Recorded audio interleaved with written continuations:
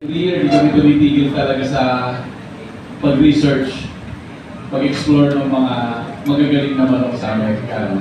Especially mga dating kinukuha na namin kay Mr. Dean Fair, kay Mr. John Jumper. So, sabi nila sa amin, import ka ng import na manok, ang dami mo ng imported, siguro hindi ka nasisiyahan.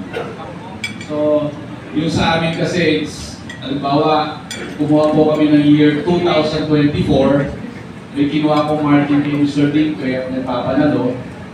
So, every year yun, babalik-balik ako hanggang nakaka-produce siya nun.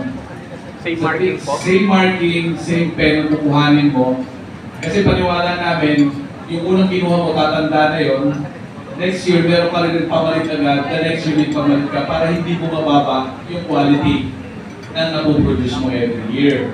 And then, i-inbreeding ka din. So, nakakatulong po yun na taas ng taas yung antas o yung quality na napoproduce natin.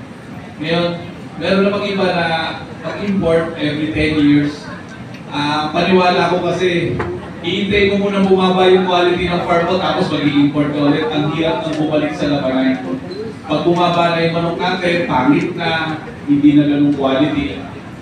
Kailangan natin mag-import. Nahuhuli ka na sa labanan.